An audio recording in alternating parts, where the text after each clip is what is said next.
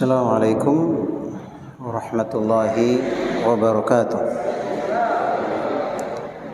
Alhamdulillahi rabbil alamin. Assalatu wassalamu ala Rasulillah wa ala alihi wa sahbihi wa mawala, amma ba'd. Kaum muslimin dan muslimat, jamaah maghrib rahimakumullah. Pada malam hari ini kembali kita melanjutkan pelajaran kita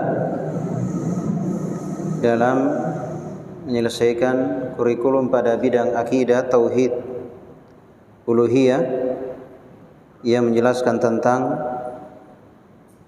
la ilaha illallah, tidak ada yang berhak diibadahi atau disembah kecuali Allah.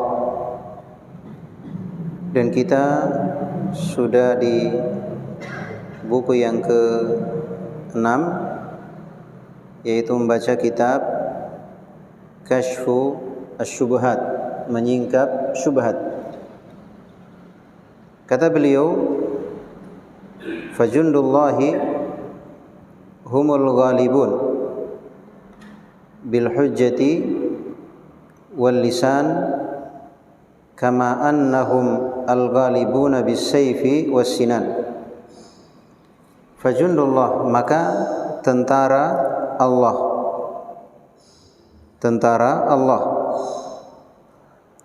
humul ghalibun, mereka lah orang-orang yang akan mengalahkan, maksudnya mengalahkan musuh-musuh Allah Subhanahu wa taala, bil hujjati wal lisan, dengan hujjah, maksudnya dengan argumentasi, ya, dengan penjelasan, wal lisan, dan dengan lisan, ya, penjelasan, ya, kama annahum al-ghalibuna bis-sayfi was-sinan, sebagaimana tentara Allah juga adalah orang-orang yang mengalahkan dengan pedang dan senjata. Taib. Dari perkataan penulis ini, di sini penulis menjelaskan bahwa tentara Allah, maksudnya dimaksud dengan tentara Allah adalah orang-orang yang beriman. Yang dimaksud dengan tentara Allah adalah orang-orang yang beriman. Dan pasti Allah Subhanahu wa taala akan menolong para tentaranya. Iya, yaitu orang-orang yang beriman. Maka orang-orang yang beriman ini, mereka berjihad dengan dua hal. Yang pertama dengan ilmu. Artinya dia menyampaikan ilmu. Iya. Maka dengan ilmu ini, misalnya disampaikan tentang tauhid, maka ketika disampaikan tauhid, kira-kira syirik bisa bertahan? Syirik akan kepanasan. Ya, syirik akan kepanasan. Ya, syirik dan pelaku syirik akan marah-marah. Kenapa marah-marah? Karena kalah hujjah. Akhirnya marah-marah. Kita kan ahli tauhid, santai saja, santai, tidak ada masalah. Kenapa harus marah? Karena apa yang dia pertahankan, artinya penjelasan, argumentasi yang dia pertahankan itu lemah, tidak punya dasar kekuatan. Jadi ketika kita menyampaikan dalil, menyampaikan penjelasan tentang tauhid, itu masuk di akal, ya, sejalan dengan akal sehat, sejalan dengan fitrah, sejalan dengan Al-Quran, dengan hadits. Iya. Misalnya orang-orang yang beriman menjelaskan tentang sunnah Nabi, ajaran Nabi sallallahu alaihi wasallam, maka akan ribut orang-orang yang beribadah namun menyelisihi tuntunan Nabi sallallahu alaihi wasallam. Iya. Berbagai macam alasan kenapa dia ribut, karena tidak punya kekuatan untuk melawan hujjah. Orang-orang yang menjelaskan agama ini, mereka tidak punya kekuatan. Iya. Maka jihad yang pertama, para tentara Allah ini, orang-orang beriman ini, jihad yang pertama yaitu jihad dengan ilmu. Jihad dengan ilmu artinya mereka menyampaikan ilmu. Kalau kita baca sejarah Nabi kita Muhammad sallallahu alaihi wasallam selama di Mekah 13 tahun, selama di Mekah 13 tahun,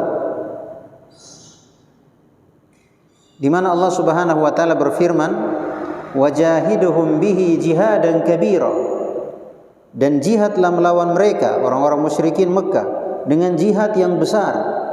Ayat ini turun di Mekah,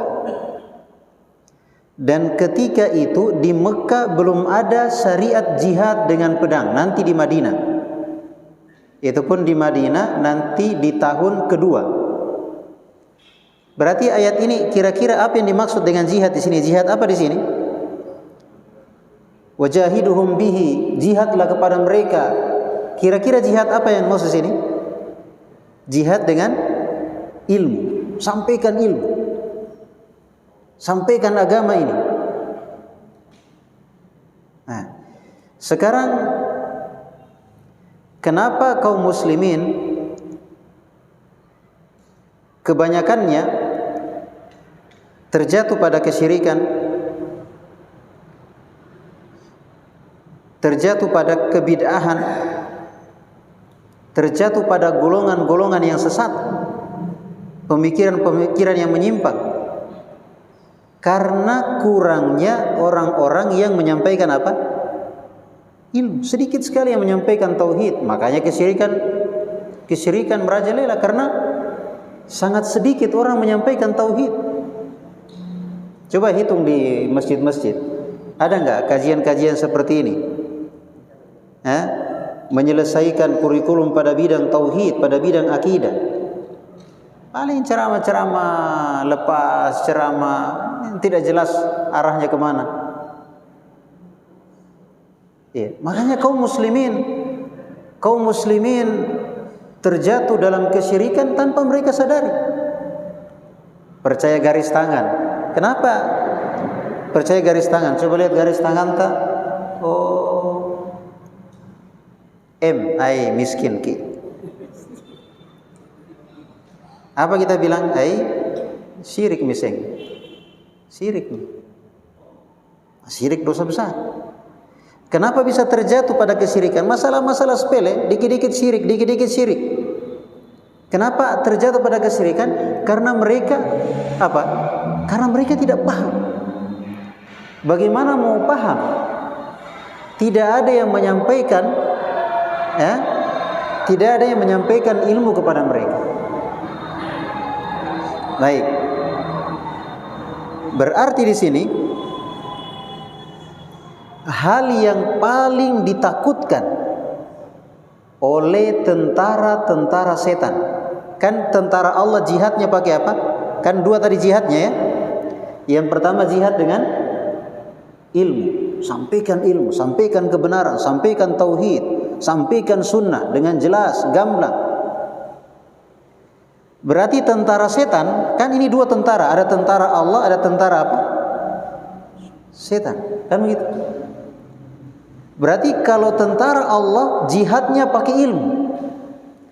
Berarti kalau tentara setan dia juga jihad supaya manusia tidak mempelajari ilmu agama. Makanya caranya setan pertama-tama untuk merusak manusia adalah dijauhkan dari ilmu agama. Karena ketika kaum muslimin atau manusia sudah jauh dari ilmu agama, gampang dirusak. Ibaratnya begini, Ilmu itu kan cahaya. Kalau menyala lampu, semuanya jelas kan? Kita bisa berjalan dengan jelas. Oh, jangan ke sini nanti tabrak tiang, itu tiang. Jangan ke sini nanti tabrak tiang, itu tiang. Karena terang. Coba mati lampu. Suruh jalan, ada yang tabrak tiang, ada yang tabrak kamera, ada yang tabrak dinding. Sama dengan orang yang tidak paham ilmu agama. Yang tidak paham ilmu agama, dia tidak paham ilmu agama. Akhirnya dia beragama pakai apa? Pakai perasaan. Menurut hemat saya, menurut orang tua saya, menurut kakek saya, bayangkan bicara agama ini. Menurut kebiasaan di kampung saya, akhirnya beragama tapi tidak sesuai dengan apa yang diajarkan oleh Nabi kita sallallahu alaihi wasallam. Sekarang yang beragama tapi tidak sesuai dengan ajaran Nabi sedikit atau banyak? Yang beragama Masya Allah, tidak usahlah kita bilang cabang-cabang agama, cabang-cabang agama. Agama yang paling mendasar yaitu apa? La ilaha illallah. Banyak yang paham atau banyak yang tidak paham? Banyak yang tidak paham. Karena seandainya mereka paham la ilaha illallah, maka tidak akan mungkin mereka berbuat apa?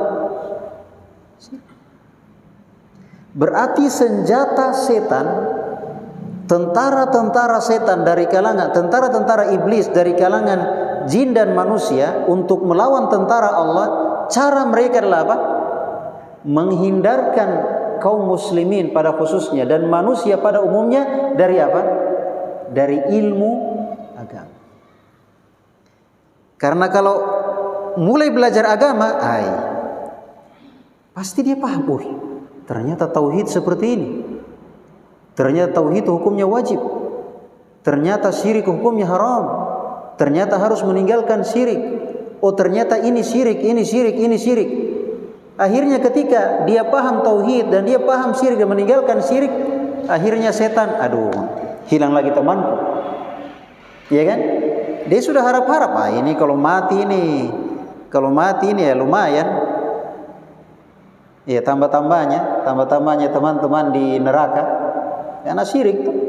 Tapi ketika dia paham agama, akhirnya orang itu bertobat dari syirik dan menjadi orang apa? Yang bertauhid. Tapi coba lihat sekarang kaum muslimin ya. Kita lihat bagaimana mereka dengan ilmu agama.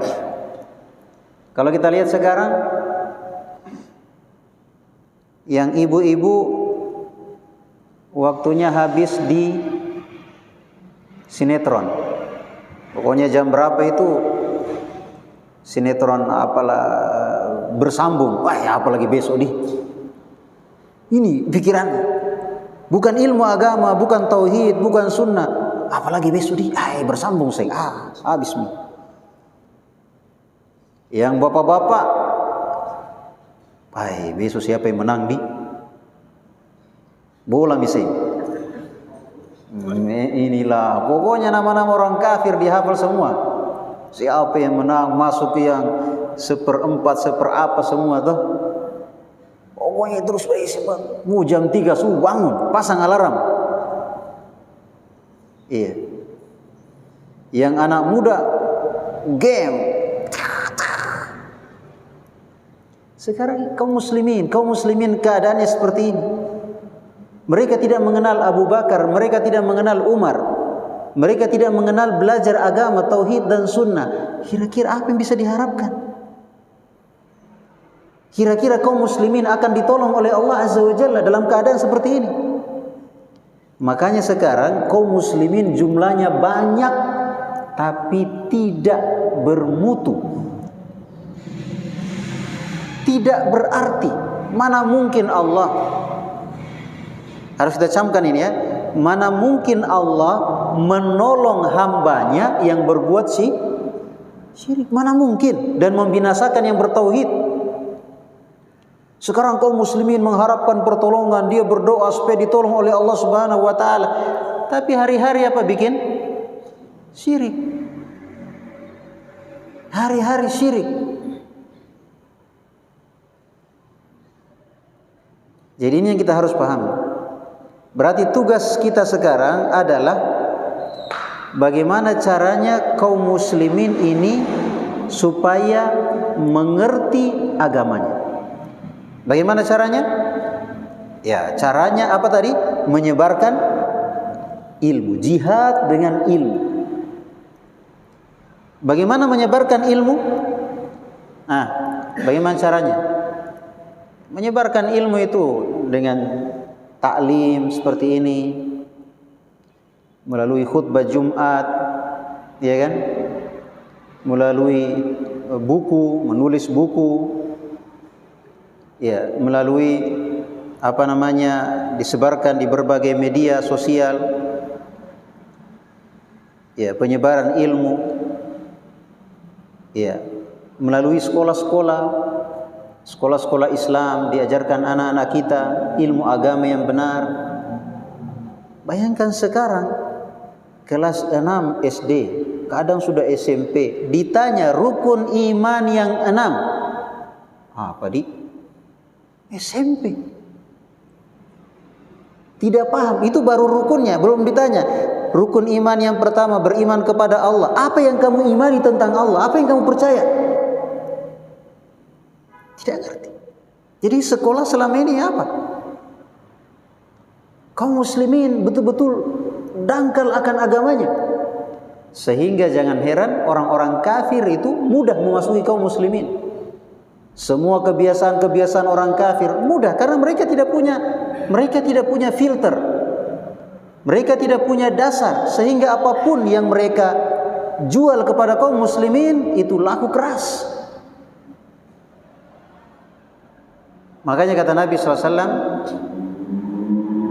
"Idza tabayatum bil aina wa akhadtum bi adnabil baqar wa raditum biz zara' wa taraktumul jihad sallallahu alaikum dhulla hatta la yanzi'uhu hatta tarji'u ila dinikum." Kalau kalian sudah jual beli dengan cara riba, sekarang riba jangan ditanya.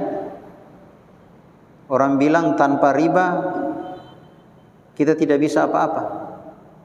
Seakan-akan riba sudah menjadi solusi. Ya. Wa akhadtum bi adnabil baqar, kalian sibuk dengan peternakan. Wa raditum bizara, kalian sudah ridho dengan pertanian. Pokoknya sudah sibuk dengan dunia. Wa taraktumul jihad, dan kalian meninggalkan jihad. Jihad apa di sini? Yang pertama jihad apa tadi? Kan jihad ada dua, jihad dengan ilmu dan jihad dengan apa? Pedang. Yang pertama jihad dengan ilmu. Kalian meninggalkan mempelajari ilmu agama. Kalian tidak perhatian lagi. Pokoknya Islam tinggal nama, Islam KTP, ya, tinggal Islam KTP, Islam tinggal nama.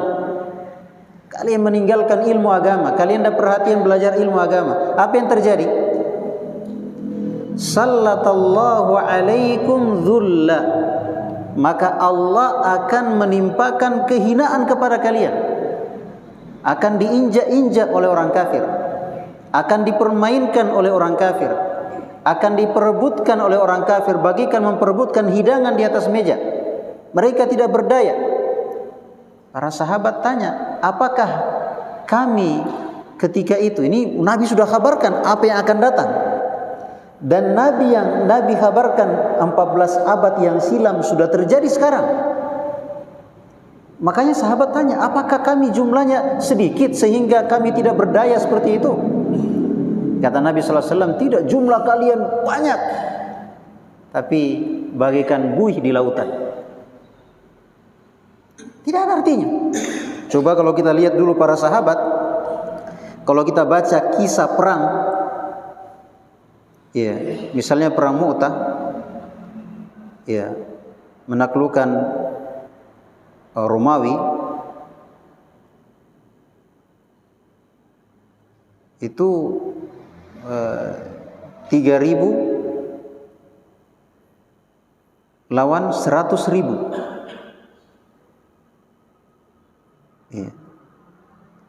dan peperangan dimenangkan oleh kaum muslimin.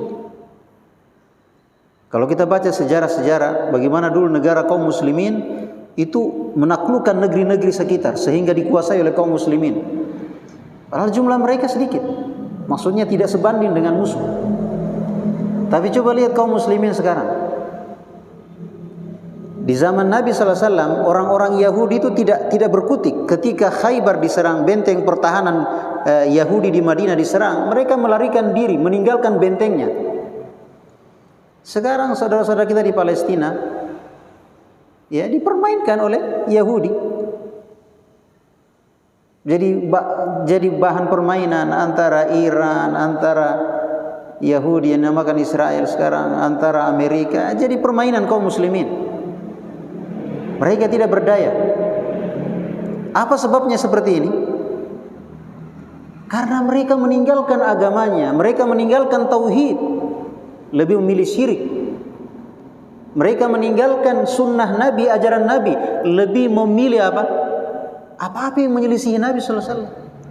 Meninggalkan Al-Quran dan hadis, lebih memilih tradisi. Dia beragama pakai perasaan, pakai akal, pakai kebiasaan, pakai tradisi. Apa yang terjadi? Sallallahu alaikum dhulla, maka Allah akan timpakan kepada kalian kehinaan. La yanzi'uhu hatta tarji'u ila dinikum. Maka Allah tidak akan cabut kehinaan tersebut sampai kalian kembali ke mana? Kembali kepada agama kalian. Lagi-lagi apa? Belajar agama. Jadi jangan anggap remeh belajar agama ini, jangan anggap remeh. Solusi kebangkitan umat, solusi pertama agar umat ini ditolong oleh Allah Subhanahu wa taala adalah ayo kita belajar apa? Belajar tauhid. Belajar sunnah.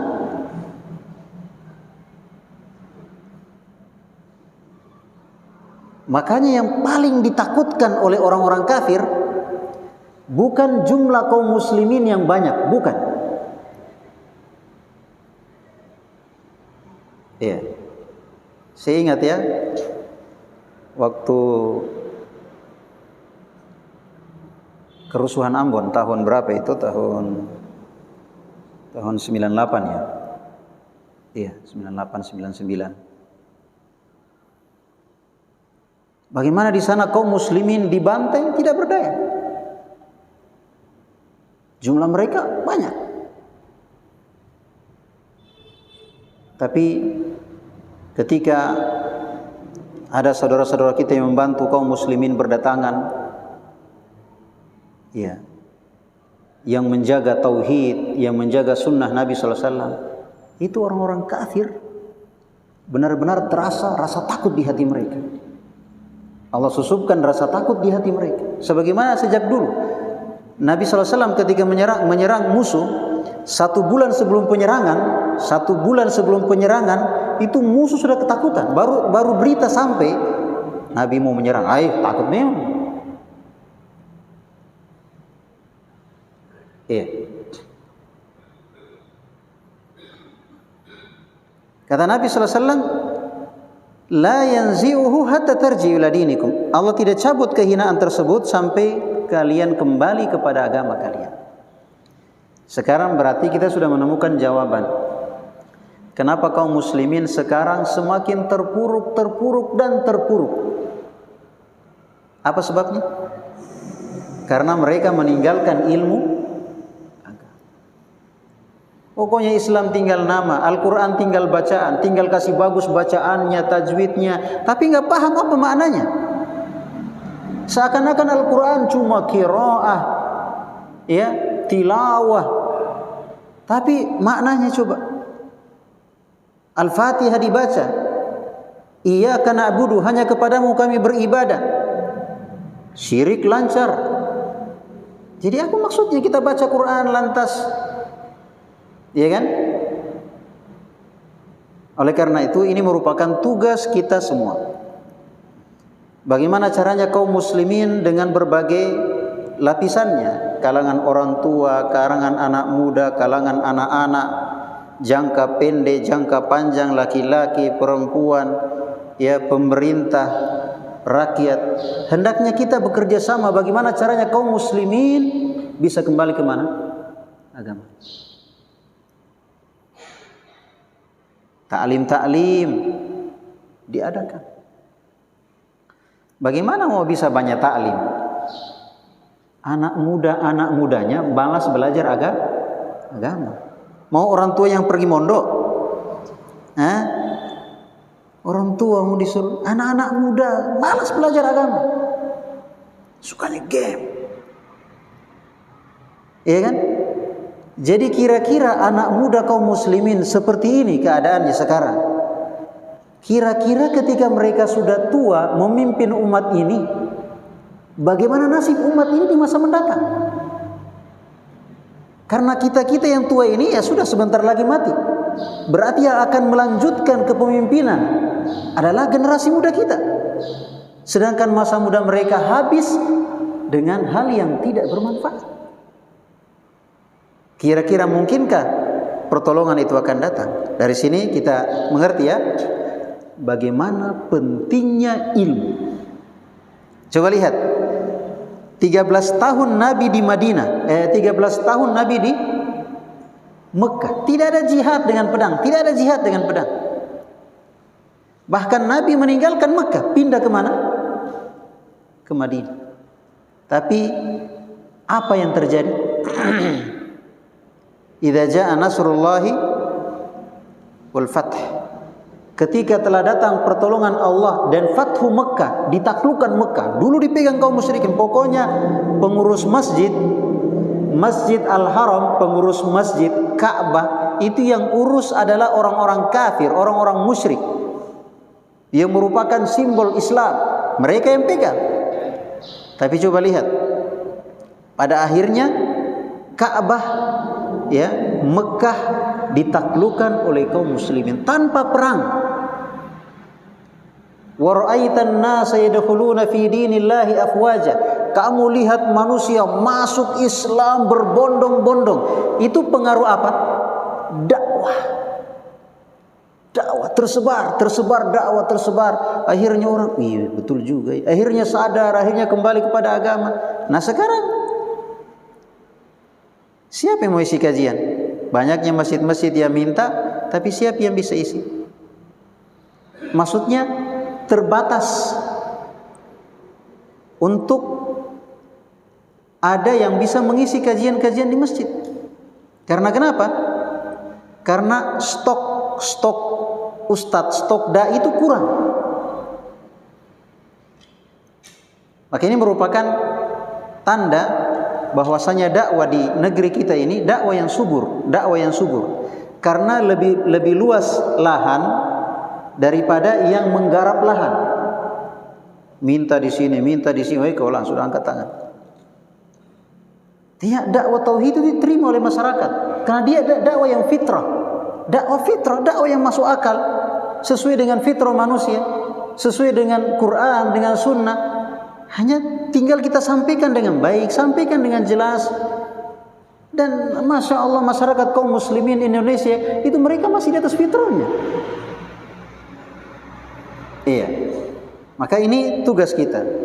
Jihad yang pertama yaitu kita berjihad dengan ilmu. Berjihad dengan ilmu. Maka ini termasuk ajakannya. Ajakan bagaimana anak-anak kita, generasi muda kita siapkan. Kita siapkan sejak dini, semenjak kecil kita siapkan mereka supaya mereka belajar agama. Iya. Kemudian yang kedua yaitu jihad dengan pedang, jihad dengan senjata. Nah, jihad dengan senjata inilah buah dari jihad dengan ilmu. Karena jihad dengan pedang, jihad dengan senjata itu harus pakai apa? Pakai ilmu. Kalau tidak pakai ilmu, bahaya. Nanti jadi teroris. Iya kan? Jihad tanpa ilmu itu bukan mati syahid. Mati sakit. Jadi tegaknya jihad dengan pedang, dengan senjata itu karena adanya jihad dengan ilmu. Makanya orang yang paham ilmu agama, dia akan paham bagaimana jihad dengan senjata yang sebenarnya.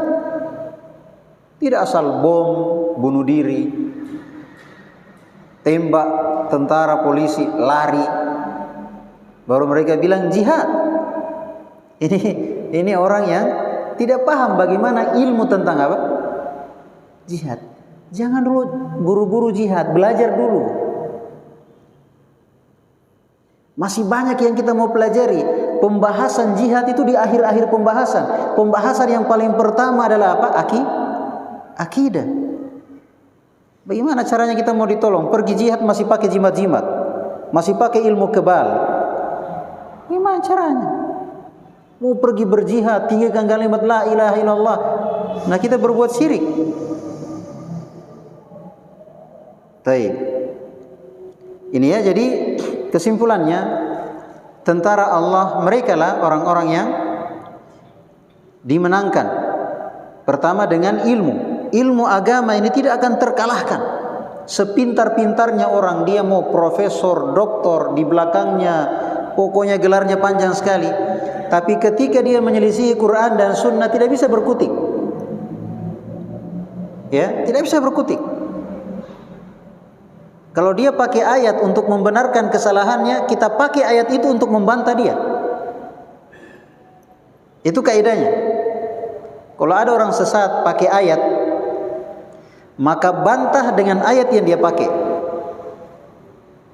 Bantah dengan ayat yang dia pakai. Iya.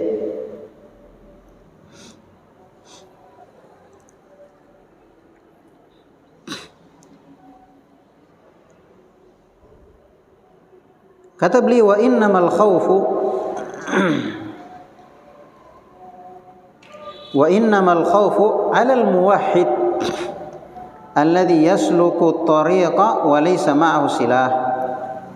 Yang ditakutkan adalah seorang yang bertauhid pergi berjihad tapi tidak punya senjata. Paham maksudnya? Kita mau berdakwah tapi tidak punya ilmu. Apa yang mau disampaikan? Apa disampaikan? Syarat tuh. Baru tinggalkan botol, baru tinggalkan gitar, ayo. Mau didakwakan apa? Ayo sini. Apa disampaikan? Nabi SAW ketika berdakwah, pertama-tama kisah dari turunnya wahyu, yaitu Nabi SAW diangkat menjadi Nabi dengan surah Iqra, Rasul dengan surah Al-Muddathir. Dikasih ilmu dulu, dikasih ilmu. Ya ayyuhal muddathir, wahai orang yang berselimut, karena Nabi kedinginan ketika menerima wahyu. Kum fa'anzir, berdirilah, berilah peringatan dari syirik. Wa rabbaka fakabbir, Tuhanmu agungkanlah dengan tauhid. Artinya Nabi SAW dibekali ilmu, baru bisa berdakwah. Sekarang belum belajar, tiba-tiba berdakwah. Apa mau didakwakan? Nabi SAW ketika mengutus dai ke negeri Yaman, diantaranya Mu'adz bin Jabal. Maka Mu'adz bin Jabal ini yang merupakan pilihan Nabi untuk dikirim ke Yaman, beliau termasuk ulamanya sahabat. Ulamanya sahabat. Nah, jadi ini yang menjadi masalah sekarang, ya, kaum muslimin di negara yang kita cintai, yaitu kurangnya orang-orang yang memahami tauhid. Maka ini merupakan tugas kita bersama. Mari kita sama-sama sesuai dengan kelebihan yang Allah berikan kepada kita, yang punya harta dengan hartanya, yang punya jabatan dengan jabatannya, yang punya ilmu dengan ilmunya, yang punya tenaga dengan tenaganya. Mari kita sama-sama bagaimana caranya kaum muslimin bisa mengerti agama. Yang masih muda, yang anak-anak diarahkan, ayo belajar agama. Dibuka TPA, dibuka TK, sekolah-sekolah, ya, dibuka pondok-pondok tahfidz penghafal Quran, diajarkan kepada mereka akidah yang benar. Iya. Taib. Ini cara yang luar biasa. Taib.